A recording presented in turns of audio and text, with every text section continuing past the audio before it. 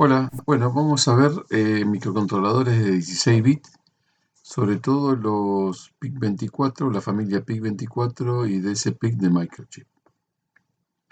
Entonces, la primera parte.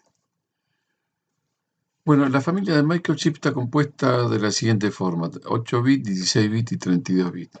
Esto se refiere al ancho del bus de datos. Dentro de 8 bits tenemos la línea base, la de rango medio, un rango medio mejorada y los PIC18. Luego los PIC de 16 bits, tenemos 4 bloques grandes, los PIC24, los DSPIC30, DC24H y DSPIC33. Los DSPIC30 son los primeros procesadores para señales que sacó Microchip y no es recomendable para nuevos diseños, ya que no contiene, por ejemplo, acceso directo a memoria, algunas otras características que han sido mejoradas en los DSPIC 33, F y C, y los PIC 32. A medida que aumenta la cantidad de bits, está correlacionado con la potencia del procesador y el costo y las performance, ¿no es cierto? Entonces vamos a dedicarnos a ver qué hay acá dentro de esta gama de 16 bits. Dentro de estos 16 bits tenemos hoy en día estos 4 grandes bloques, los 24F, de 16 millones de instrucciones por segundo. Recordemos que un aspecto importante es que a medida que aumentamos la velocidad de ejecución, aumenta linealmente la potencia que se disipa. Por lo tanto, en aplicaciones portátiles no me interesa mucho o me sobra procesador, pero sí quiero tener bajo consumo. Entonces los PIC24F es una buena elección.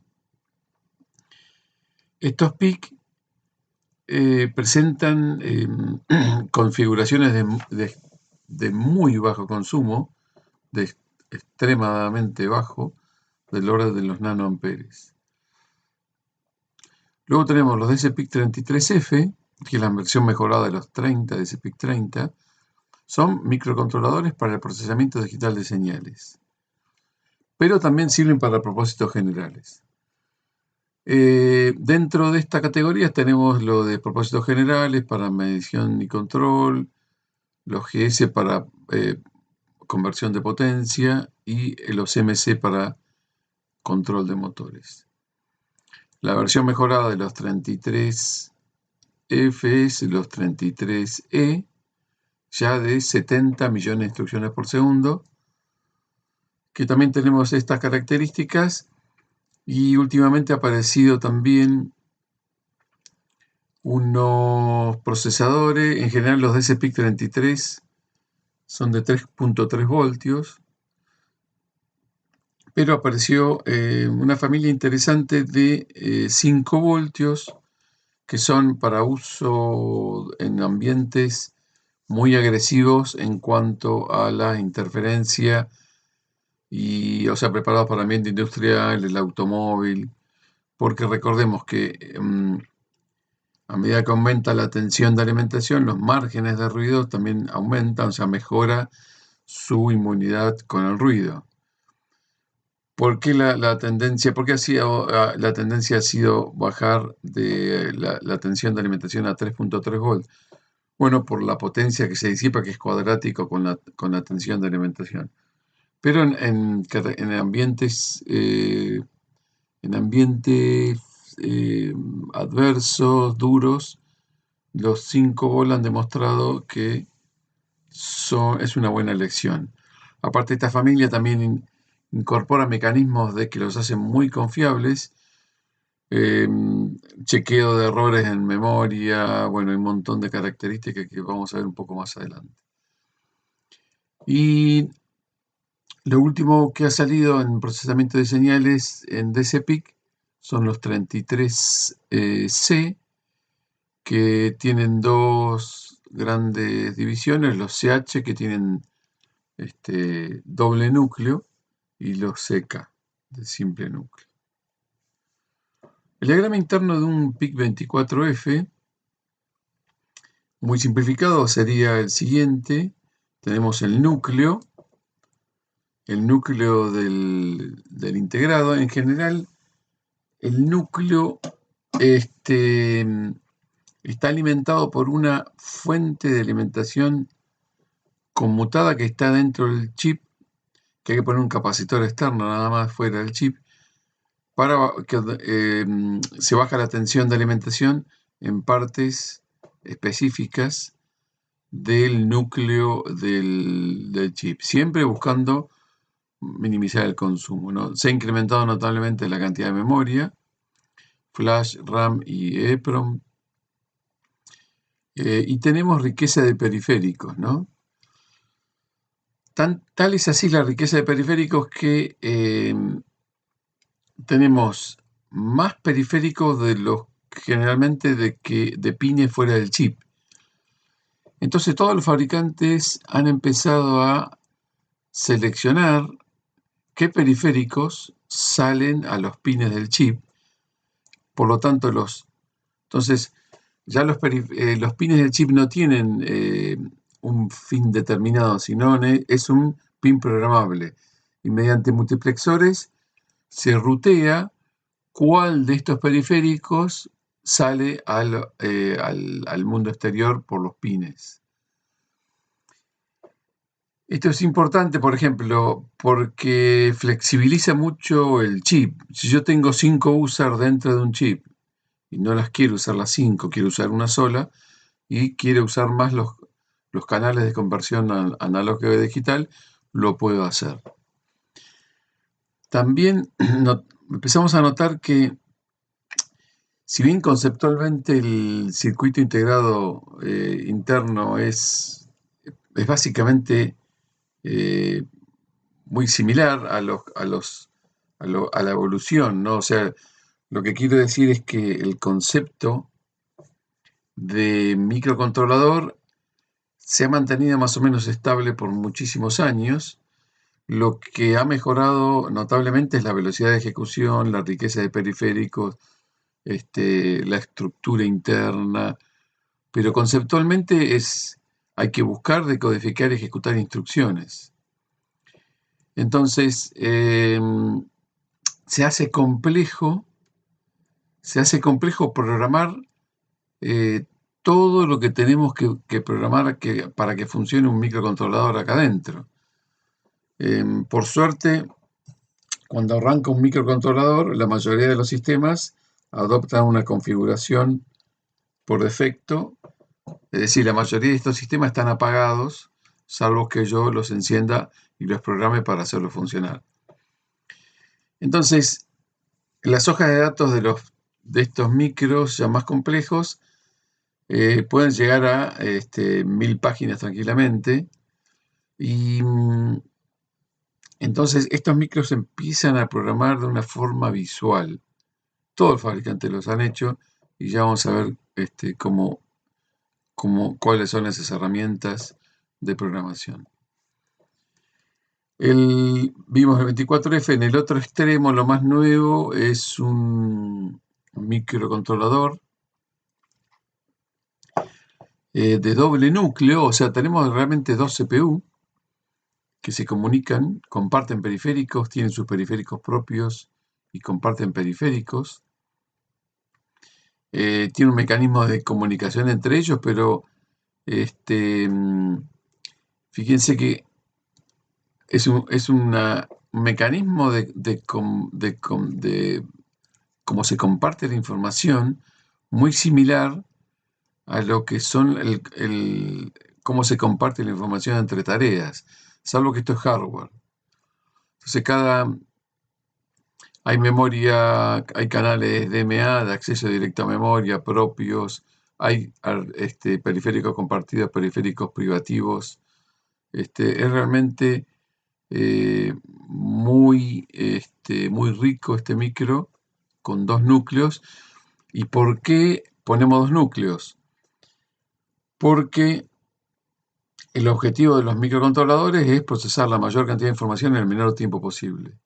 Entonces, ¿cómo podemos hacerlo? Bueno, aumentando la velocidad de operación. Estos ya ejecutan 90 millones de instrucciones por segundo y el esclavo 100 millones de operaciones por segundo.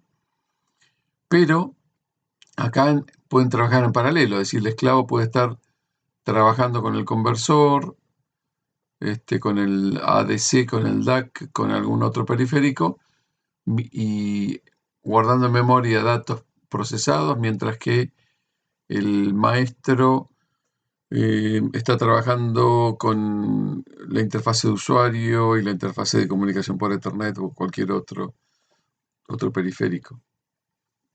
Y si tendrán que intercambiar información porque realmente no son independientes, algún tipo de dependencia tendría, pero lo que hay que buscar es que sea la mínima dependencia posible, ¿no?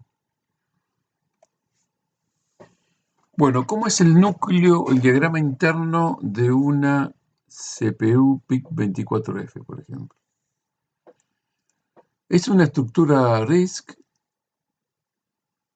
Tenemos, por un lado, todo lo relativo a memoria de programa. La memoria de programa tiene 23 bits. El ancho de la memoria de programa es de 24 bits. O sea, las instrucciones RISC en los PIC24 de ese PIC es de 24 bits. Por lo tanto, la instrucción se codifica con esos 24 bits. El contador de programa tiene 24 bits. El bit menos significativo es 0. Ya vamos a ver por qué es 0 y accede a direcciones pares. Lógicamente está dividido en 3 bytes, pero forma 24 bits. Una lógica de interrupción de control. Y por otro lado tenemos la memoria RAM, organizada en 16 bits, una ALU de 16 bits y un registros. Si los micros de 8 bits tenían un solo registro W, ahora vemos que aparecen un set de registros, un juego de registros de 16 registros W. ¿Por qué? Y porque se optimiza muchísimo el programa teniendo esta riqueza de registros y encima que casi la mayoría de los registros pueden funcionar como punteros. Multiplexores para enrutar si el dato viene de la instrucción o viene de algún registro de memoria de datos.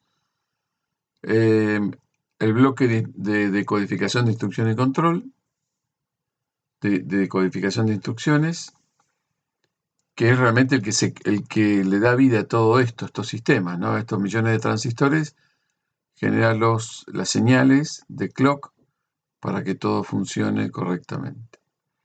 Y después tenemos el watchdog timer, el burnout reset, el power on reset, el oscilador y bueno, todo la circuitería para que esto sea que arranque normalmente. Recuerden que cuando vemos un rectángulo cruzado es un pin del exterior. La ALU es mucho más potente de lo que hemos visto. Realiza 16 bits por 16 bits en un solo ciclo, con todas estas configuraciones, ¿no? Con signo, sin signo, 8 bits por 16. Y así. Y tiene soporte para división. Esta es la estructura interna del micro, pero conceptualmente es una arquitectura RISC, memoria de programa, memoria de datos, decodificación de instrucciones y lógica para arrancar y la ALU de 16 bits. ¿Cómo es un DCPIC? Los PIC24 y los DCPIC comparten muchísimo de la estructura, salvo que los DCPIC tienen dos características importantes que lo distinguen de los PIC24.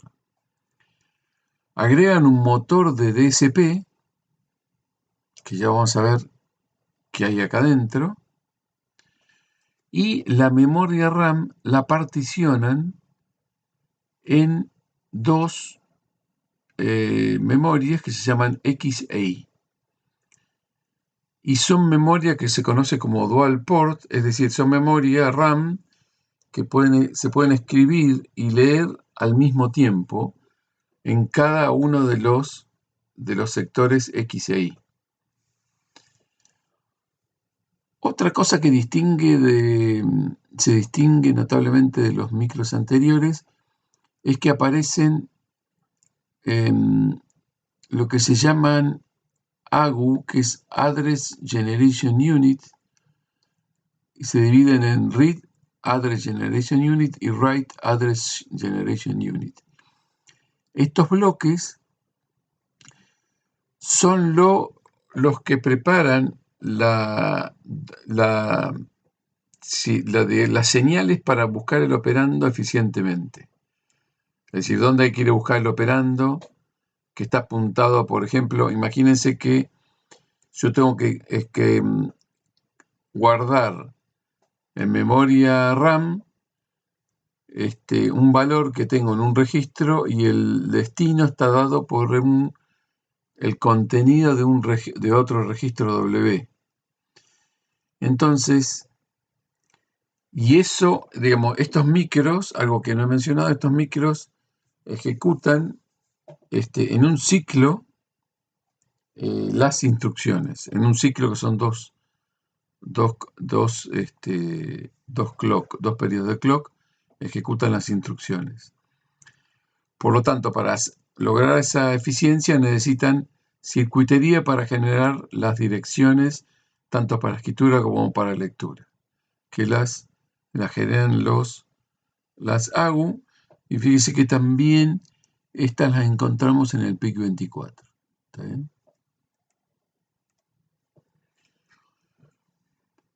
Bueno, uno tiene que ubicar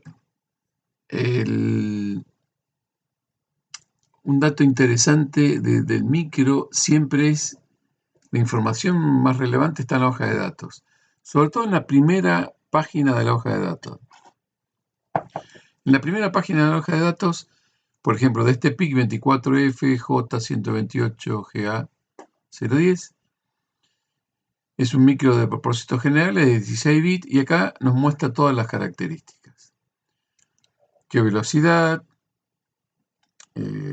cómo funciona el reloj, los registros, está optimizado para un compilador en C, tiene 76 instrucciones, 2 unidades de generación de direcciones separadas para lo que mencionaba recién, ¿no? Para lectura y escritura. Funciona, de que acá podemos ver el rango de tensión con la cual opera, la flash cuántos ciclos soporta, por ejemplo este micro soporta 1000 ciclos de escritura y lectura y retiene la información por 20 años. Bueno, y todas las características, cómo se programa, que tiene, las características analógicas, cuántos bits, cuántos canales analógicos digital dispone, a qué frecuencia máxima se puede convertir, comparadores, bueno, y un montón de periféricos, desde timers, USART, WART, y cuadrado C, SPI. Si bien se alimenta de 2 bolas 3,6 volt, tiene algunos pines que son tolerantes con 5 volt. Bueno, toda esa información siempre hay que recurrir a la hoja de datos para interiorizarse de que, sobre todo en la parte de cuando uno selecciona el micro. Bueno, a ver, este micro me sirve para mi aplicación, tiene esta característica, cuánto tiene de RAM, cuánto no tiene, y así. Bueno, vamos a dar un vistazo a los registros internos. ¿Qué registros tiene un PIC24F, por ejemplo? Por un lado tenemos los 16 registros de trabajo W, de W0 a W15.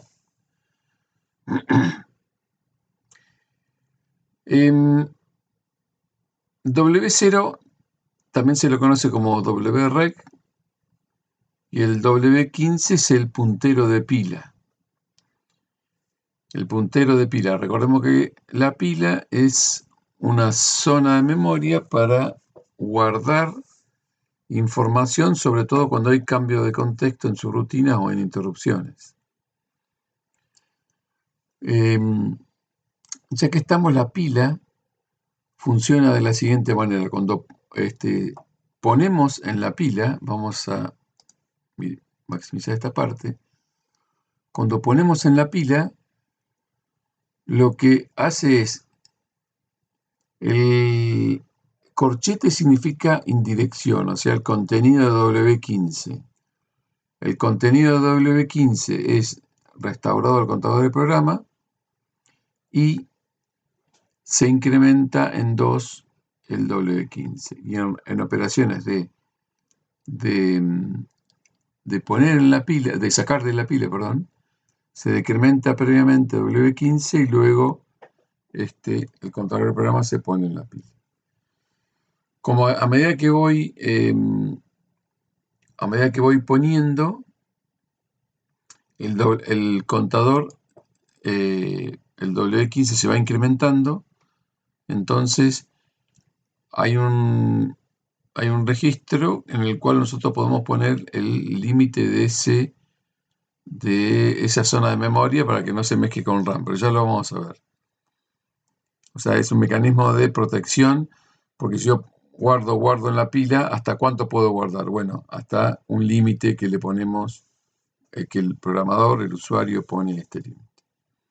Entonces, los registros de trabajo, el contador de programa, que tiene 23 bits, que apunta a todas direcciones pares. O sea, ahora explicamos un poquitito más adelante cómo es, o en la segunda parte, por qué apunta a direcciones pares y cómo está organizada la memoria. Unos registros especiales que ya vamos a descubrir un poco su uso, el status, que conocemos, lo cual es un poco más complejo, porque tiene más bits, por ejemplo, prioridad de la CPU, ya que va a haber concurrencia de tareas, tenemos niveles de prioridades, y un registro de control del núcleo. Core control es registro de control del núcleo. Estos registros son los registros básicos del cual dispone el procesador para ejecutar las instrucciones. Y como es, por ejemplo, como son los registros de SPIC33E. Tiene básicamente los mismos registros, salvo que hay algunas mejoras importantes. Por ejemplo, los registros de trabajo de W0 a W15 tienen copias de sí mismos. Tienen como, en este caso, este micro o este 33C tiene 4 copias adicionales, que cada una de estas copias están asociadas a nivel de prioridad de la CPU. Por lo tanto, no es necesario en una interrupción ir salvando en la pila estos registros. Y aparte de los registros que vimos recién, aparecen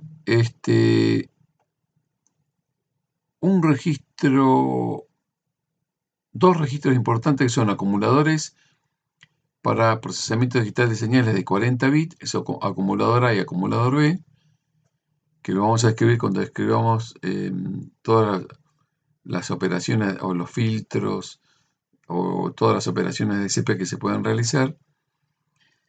Y algunos registros de control de lazo adicionales, pero el resto es compatible también con los PIC24.